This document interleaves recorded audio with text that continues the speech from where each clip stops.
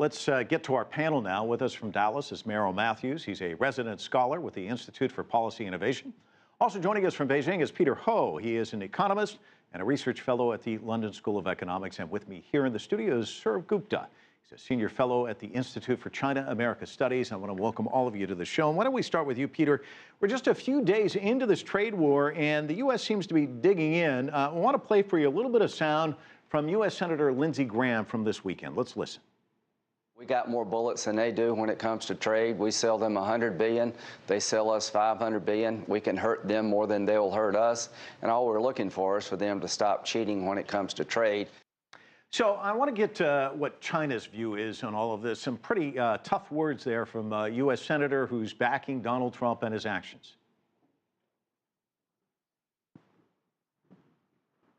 Well, China's view on this is pretty clear. China has expressed very clearly that this is a trade war that it has not opted for. And even last week, there was a report in the state media that said that this war could be likened to the invasion of Japan in China during the Second World War. At the same time, and that's interesting to see, is that China has emphasized that during the trade war it will stick to international law and international rules. And this is, of course, a message to the United States as well as to the international community that within a context where the United States seems to be pulling out of a lot of global and multilateral agreements, that China will stick to these agreements and will stick to international law and regulations. Peter, that's a good point. Let me move on to Merrill now, if I may, because there are concerns being raised in farm states. You heard Jessica talking about kind of this laser-like focus on states in the Midwest with soybeans. And one of those governors, the governor of Arkansas, Republican Asa Hutchinson, said he hopes that we can bring an end to this trade war because it's going to hurt a lot of Americans, is the way he puts it. And, you know, when you look at the statistics, Citigroup research showing that so-called red states have over 50% more jobs, 3.9 million, in fact, linked to foreign trade than blue states. This is basically Trump territory. How are they going to react to this? Well, they're reacting cautiously. I have heard a number of stories. The media is filled with stories of interviewing farmers and others in those red states who are being hit by the tariffs.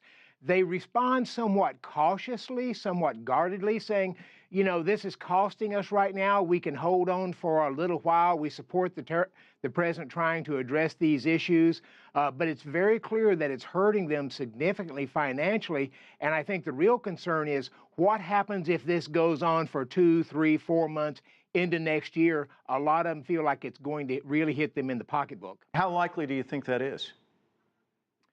You know, it's hard to say in this situation. I mean, I have to say China looks like the reasonable player in this. President Trump keeps coming back with threats to impose more. China says, well, let's make a concession here, make a concession there. We're hearing that in our media, and we just don't know where this is going. A month ago, we were hearing that progress was being made. Talks were going on. We thought we were going to be making some progress, but lately it's been mostly saber rattling, and so it's hard from an American standpoint to tell exactly where we are right now. This unilateralism, this protectionism is not going over well, not just in China, but also in Europe. And that's interesting because they're being hit with U.S. tariffs as well. And the Chinese premier, Li Keqiang, is there this week, met with German Chancellor Angela Merkel, and he strongly committed China to free trade. Let's have a listen. As you may have noticed, China is strongly seeking to open up commercially. This, of course, ensures us to have a stable economic development, but serves to combat a growing protectionist trade force. So, Peter, let me get your sense of things out there on the world stage. China continuing to move towards globalization, embracing it, where the United States retreating. Well, for China, this is, of course, something that is of great importance and that will have great effect on China as well. what you have to see is that in this whole trade war, things are completely simplified. And what we tend to forget is how intertwined the Chinese economy is with the American economy. So it is very important actually to see the complexity of the issue rather than simplifying it and saying that this trade war can sort of bring back jobs in the Rust Belt states in America, for example. It's much, much more complicated than this. And what you will see is as this trade war develops over time, it will get increasingly more difficult to assess what the exact impact will be as different states are more and more drawn into this. Peter makes a good point. Sir Gupta, I want to enter you into this conversation. 30% solar tariffs imposed in January. The Solar Energy Industry Association tracking the numbers. It's cost 8,000 jobs so far. Construction jobs, they say 23,000 jobs will be lost this year alone. Trade Partnership Worldwide, looking at steel and aluminum tariffs, they estimate 16 jobs will be lost for every steel or aluminum producing job that is gained in the United States. That would result in 400,000 jobs lost. Talk to me about what this is going to do to the U.S. economy, but then broaden it out. Talk to us about the global economy. What are the ripple effects? The U.S., of course, is going to be hurt, as well as China is going to be hurt because they are, as Peter just mentioned, so intertwined economically. Of course, a lot of this pain, as you had mentioned, will be in the farm states and in states which have energy products to sell in China.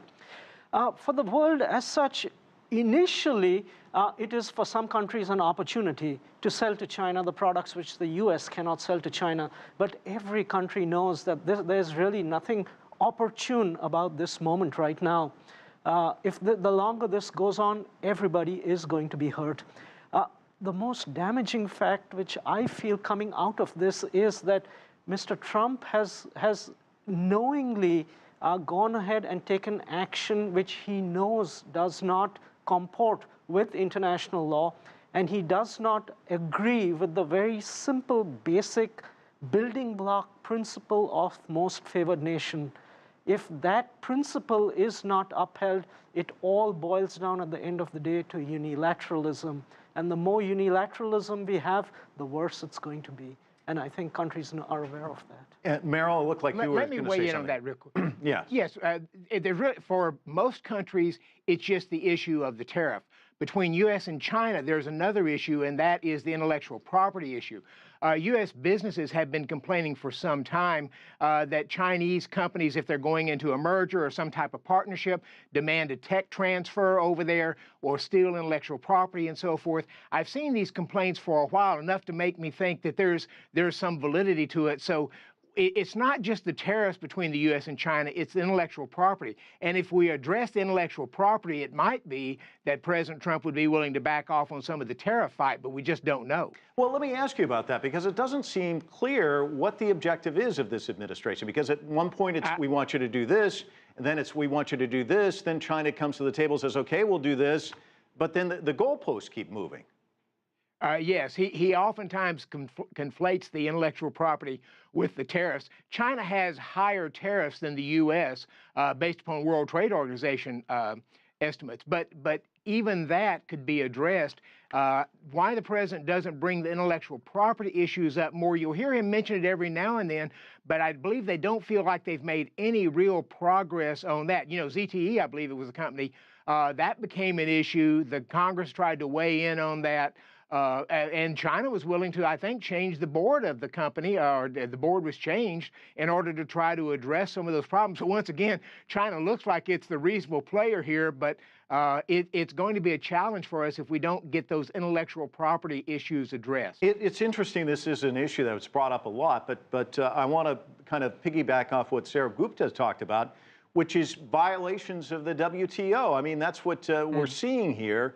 And Matt Gold, who's a law professor at Fordham University, he's also a former deputy assistant U.S. trade representative, says it's as simple as a guy going into a car dealership and saying, hey, either lower your price by $2,000 or I'm walking out and buying from the guy down the street. He goes, or it's a guy walking in and saying, lower the price by $2,000 or I'm going to break your legs with a baseball bat. One is negotiation, the other is extortion. And he's making the case that that's how Trump is playing this game. Oh, I think that's right. There's a decades-old law in the U.S. that allows the president to impose tariffs for national security concerns. So when he started imposing the tariffs on steel and aluminum, he said, well, okay, I can kind of see that. But then he threatened to impose tariffs on cars for national security concerns. Nobody thinks you have a national security interest in driving a Ford versus a BMW or a Nissan. It's just that just gets bizarre. Peter, let me ask you about this intellectual property issue, because it's one that the Trump administration keeps going to. It's something that's thrown out there periodically. I want to get your take there in China. Well, intellectual property rights is an issue that has been also in China. It has been an issue for a long time, and the Chinese government has been very concerned of trying to tackle it, because it's not something that also affects international companies, but it affects Chinese companies here as well. So it's something that the central authorities and local authorities are very concerned about, and also trying to take measures against. At the same time, we also have to realize that economic reforms and intellectual property right reforms is a part of that.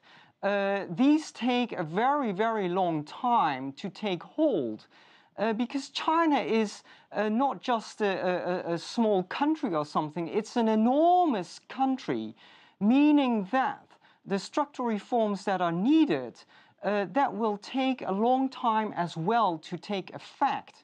And what China has been doing over the past 10, 20 or 30 years or so is gradually trying to change its export-oriented economy towards a more domestic, consumption-oriented economy, which in the end will also benefit the United States, because American companies will be able to export more to China, benefiting from a rising middle class here in China. But again, that's something that will take a lot of time. What you will see right now in China is that there are still around 400 million people living in the countryside who are still in relative poverty, who are devoid from any kind of social security. And that means that these people are still very much sitting on their savings. So it is difficult for them to start consuming. And that's something that needs to be tackled also. And again, that will take time. Yeah, it'll take time. I'll tell you what, we're going to take a short break. Much more on the trade war between the United States and China. And when we come back, please stay with us.